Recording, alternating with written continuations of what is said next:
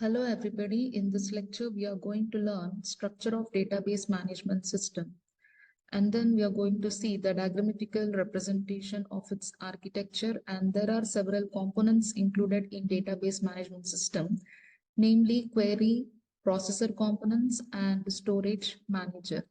This query processor components include several other components like DDL interpreter, DML compiler, query evaluation engine, etc.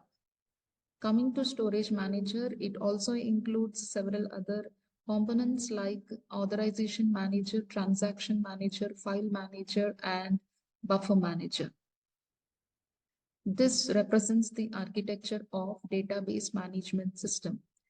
This has got different modules, namely user module, and this is known as query processor module, and this part of data is known as storage manager, and the last one is disk manager. Architecture of database management system. As said before, it contains two components, mainly query processor and storage manager. Query processor is the second module of database management system, and storage manager is the third module of database management system. Query processor. This is one of the functional component of database management system. And the job of query processor is to receive the request from the end user, and then it is going to convert or accept the request.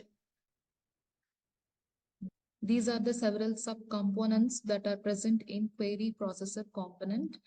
Let us see what are they one by one. Let us move on to the previous slide. Before coming to know in detail about the query processor, firstly, we will define the different set of users that are present in the first module of the structure of database management system. Coming to the naive users. Naive users are also known as web application users. In order to interact with the database, the job of the naive users is to make use of the application interfaces. For example, the users who wanted to make use of any mobile applications or web applications. The user wants to make use of WhatsApp application. In that case, he is going to interact with the help of GUI. GUI stands for graphical user interface. With the help of interfaces, the users will interact with the database. That means these kind of users need not require any knowledge of its implementation, how the application is developed. They simply make use of the interfaces and then they interact with the database. Coming to the application programmers are also known as software developers. They instead making use of application interfaces, they write the application programs using different set of programming languages. Coming to the sophisticated users, these sophisticated users are also known as analysts. And this analysts, they make use of query tools. They don't write the programs using different programming languages like application programmers. Unlike, they make use of query tools. Query tools like we have online analytical processing tools and data mining tools. With the help of those tools, they try to interact with the database system. And the last one is database administrator. In short, we call him as DBA. The job of DBA is to create the database and to grant the permissions for the different set of users in accessing the database. For that, he make use of the administration tools. So this is the first part of the database management system. It includes several set of users, namely naive users, application programmers, sophisticated users who are also known as analysts, and the last one is database administrator.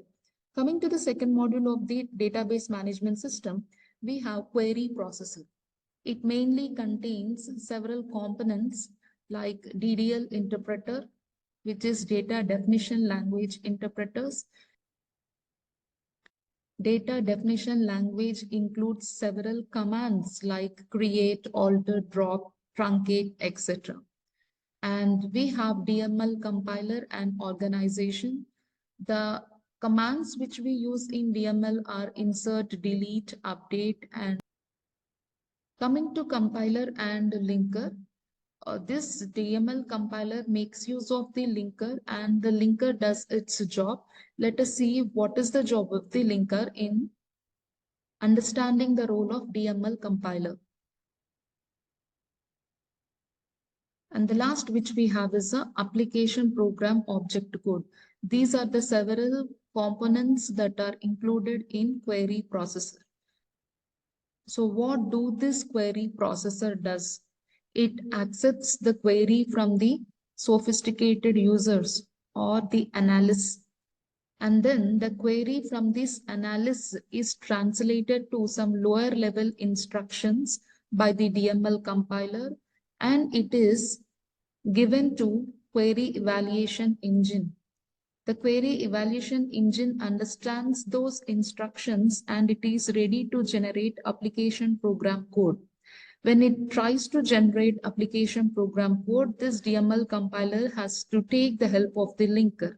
We know the job of the linker is to link the object files. So this is all about the job of the query processor. As discussed, DDL interpreter, this is going to interpret the command that is given from the DBA, that is database administrator, and it is going to store that in a data or data dictionary.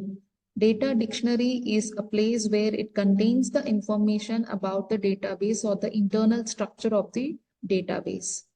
And coming to the DML compiler, as said before, it is going to translate the DML queries which is received from the sophisticated users into low-level instructions, and then it is understood by the query evaluation engine. Thereby, it is going to generate an object code with the help of the linker.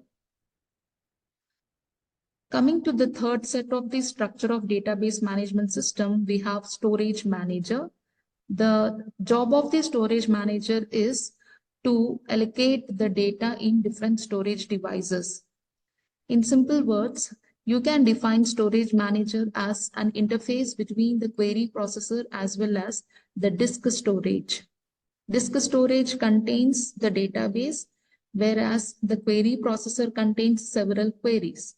And the responsibility of storage manager is in storing the data. It has to retrieve the data efficiently, and if there are any updations to be made, those updations are also to be made efficiently in the database. Further, this storage manager is going to take the help of several other components like authorization and integrity manager, transaction manager, file manager, and buffer manager. Now let us see what is authorization and integrity manager. We enforce several integrity constraints when we are going to create table and insert some data into it. For example, when I try to insert values for the roll number column, those values must be unique. So such kind of conditions or constraints are applied when the user is trying to insert the values into the table. If all such integrity constraints are satisfied, then only the authorization will be given to the users in accessing the data. This is about the authorization and integrity manager. Coming to transaction manager, if the system fails, then also the database has to produce the correct results or the accurate results. It is the responsibility of the transaction manager to ensure that the transaction is done successfully or the transaction is not done at all. For example, let us consider two different persons, namely A and B. Let the initial amounts present in the accounts of A and B be 1,000. A is having 1,000 and B is also having 1,000 initially. Now A wants to transfer some amount of 500 to account B. So during this transaction, if there is any system failure, then it is the responsibility of the transaction manager to ensure that the transaction has done successfully by debiting 500 from account A and it is credited to account B, or else it has to ensure that the transaction is not done at all. Thereby, A holds 1,000, B also holds 1,000. So whichever amounts that they are holding initially, those amounts are present. So this is the job of the transaction manager to make sure that the transactions are completed successfully even if there is any failure. Coming to the file manager, the job of the file manager is simply to allocate space for the files on the hard disk. And buffer manager is used to retrieve the data from the hard disk and it is transferred to the main memory. We know that the CPU is not allowed to access the hard disk.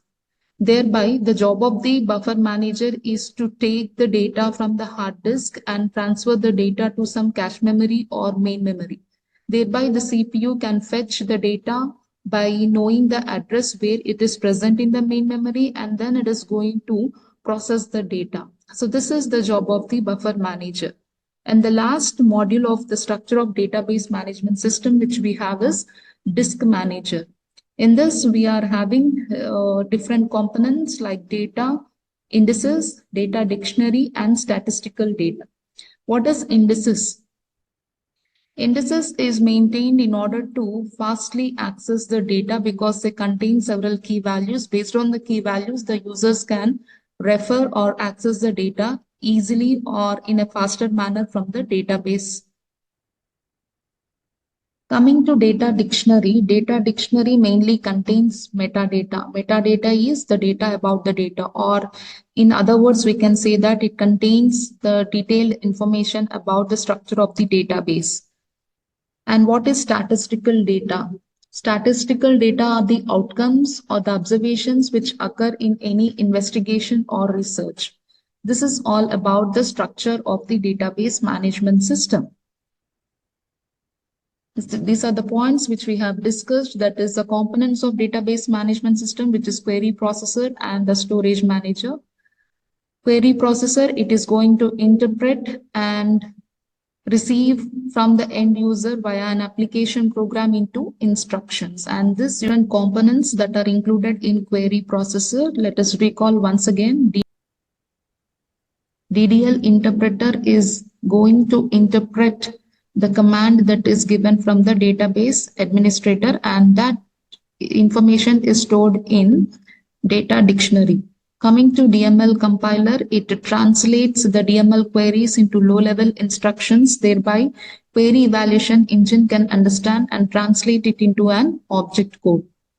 Storage manager. The job of storage manager is to allocate space for the data in different storage mediums.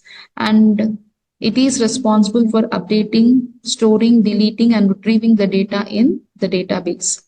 These are the different components which we have already discussed. That is authorization manager, transaction manager, file manager, and buffer manager. Authorization is given to the users only when the entity integrity constraints are satisfied. Transaction manager's responsibility is to ensure successful transaction even if there is any system failure. Coming to file manager, it allocates files on different storage mediums like hard disk, magnetic tapes, etc. The job of buffer manager is to transfer the data from one storage device to another storage device. Thereby, CPU does its job efficiently. Thank you.